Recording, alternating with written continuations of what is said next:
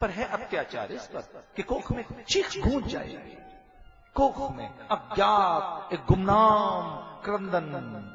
अरे कल्पना करके देखो कि वो औजार कैसे घुसता होगा, वो किस तरीके से कंजा वो कैसे जाता होगा, एक भयानक अस्त्र। और हम कितने निर्दयी, कितने निर्मम, कितने निष्ठुर, कितने निरशंस, कितने निकृष्ट, कितने भ्रष्ट, कितने अधम, कितने पापी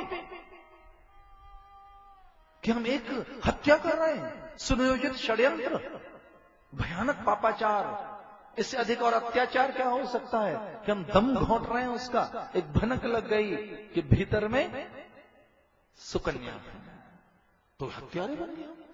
कहां गई हमारी सभ्यता, कहां गए हमारे सद्गुण, कहां गया हमारा शील, कहां गए हमारे वह पूजा पाठ और अर्चना उपासना के भाव। हम इतने निर्दयी, इतने निष्ठुर, इतने दुरात्मा भ्रष्ट, इतने अधम, इतने निकृष्ट, ऐसे हम हत्यारे बन जाएंगे कि कोख में औजार घुसता है, वो चीख पड़ती है, वो कहती है मां मैं यहां सुरक्षित हूं। और कहीं दो हों बेटियां तो कैसा अत्याचार है कि कोख में युगल दो पुत्रियां हैं, न उनके लिए अभिनंदन, न उनके लिए सम्मान, न उनके लिए कोई सज्जा।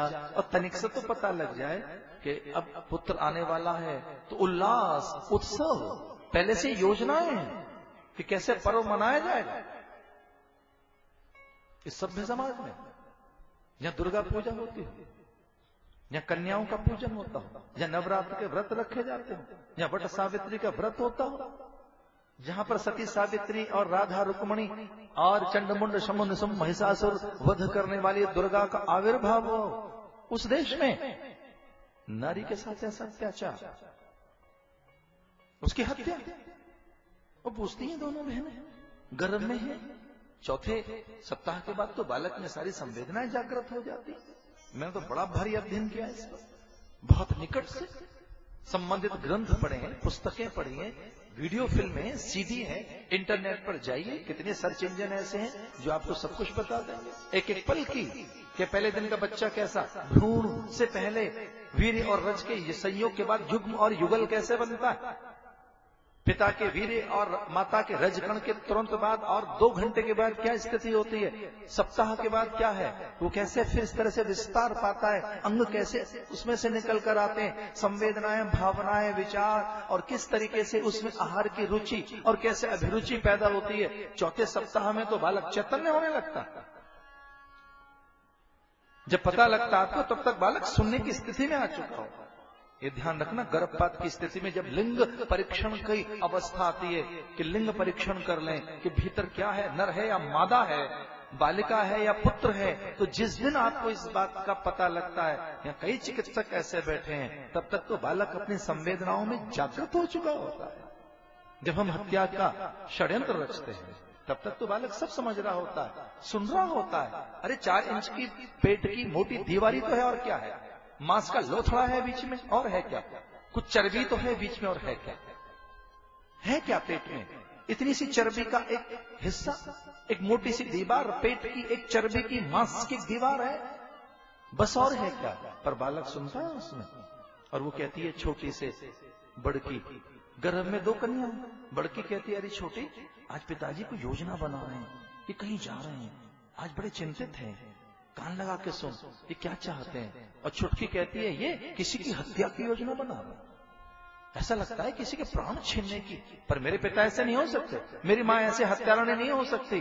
और वो चीख पड़ती हैं उस समय दोनों बहनें कि जब उनकी मां को ले जाया गया है, चिकित्सक कह रहा है सब काम तैयार हो गया है, कानों कान किसी को पता नहीं लगेगा, कितने बड़े कानून बन गए हों, यहां तक कोई नहीं पहुंच सकता, मैं कुछ पल में ही हत्या कर दूंगा।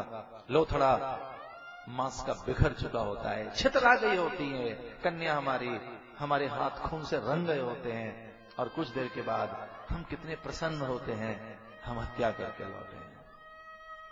उस संस्कृति में जहां मैंने जन्म लिया है वहीं आपने जन्म लिया है। भ्रूण हत्या, कन्या का इस तरह से अनाचार, ये कब तक जुल्म सहती रहेगी, कब तक इसका दोहन करते रहोगे।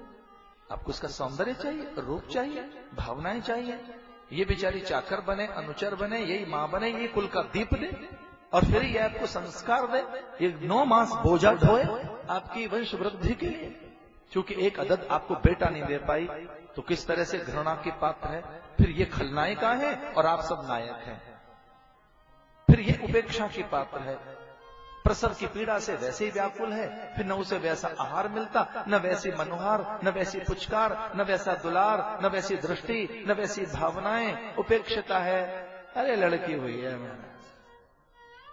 लड़के, अच्छा लड़के हो गए, लड़के। एक आदमी मुझसे पूछने लगा, लड़के आए, लड़के जाए, लड़के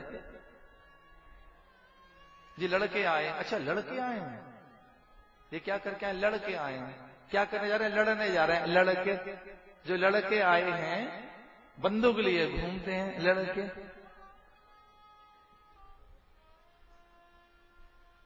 ये लड़के हैं ये तो, और ये लड़कियां हैं बेचारी।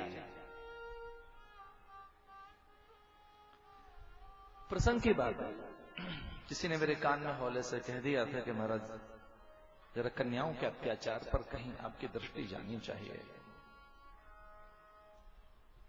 मैं मातृ उपासक हूं, मैंने बहुत गहरे अध्ययन किया है इस तत्व पर, शक्ति आराधना पर, तल स्पर्श अध्ययन किया। मुझे बहुत पहले भनक लग गई थी कि जहां ये 5 सुखियां वहीं लक्ष्मी रहती है। स्त्री, बालक, वृद्ध, रोगी, अतिथि, इन 5 का जहां कभी भी तिरस्कार नहीं होता, ये 5 जहां वंदित हैं, जहां इनके हितों की कहीं उपेक्षा नहीं, ये 5 जो हैं स्त्री, बालक, वृद्ध, रोगी, अतिथि।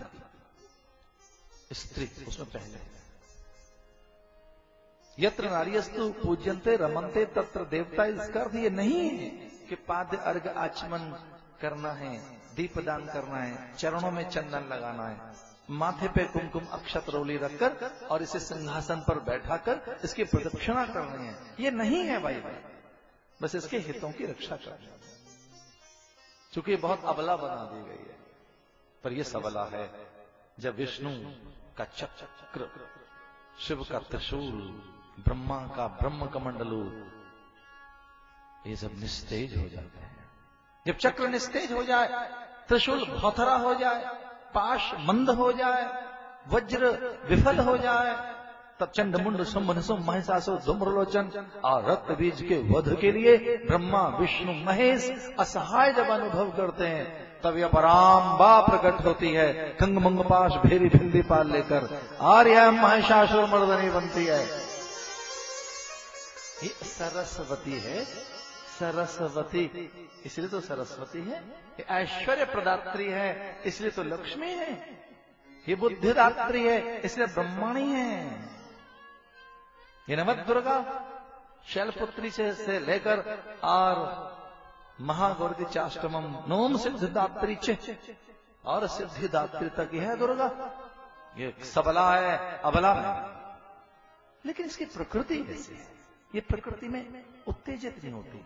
पर भैया इसमें साहस की कमी है। तुलसीदास जी कहते हैं जब ये साहस पर आती है और अपना भूल जाए आपा तो दुस्साहस भी हो जाती है। और इसलिए जानते थे सब देवगण कि ये शुंभ निशुंभ इसी के द्वारा मारे जाएंगे। शुंभ कहता है कि मैं किसी से न मरूं, शुंभ कहता है मैं किसी से न मरूं, और ब्रह्मा ने कहा तुझे मरना होगा किसी से तो। और तब एक छोटी सी नन्ही सी बालिका खेल रही थी और उसने कहा ठीक है, स्त्री बड़ी निर्बल दुर्बल होती है और स्त्री मुझे मार सकती है, स्त्री से भला ही मैं मर जाऊं। ये इसमें है क्या स्त्री में?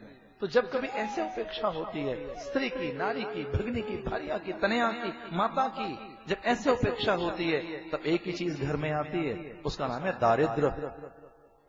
जिनको अपने घर में संपन्नता चाहिए, स्वास्थ्य चाहिए, सौंदर्य चाहिए, यश चाहिए और वंश वृद्धि और अक्षुण कीर्ति चाहिए, वो इन 5 का सम्मान करें। किन किन का? पहला कौन है? स्त्री, दूसरा बालक,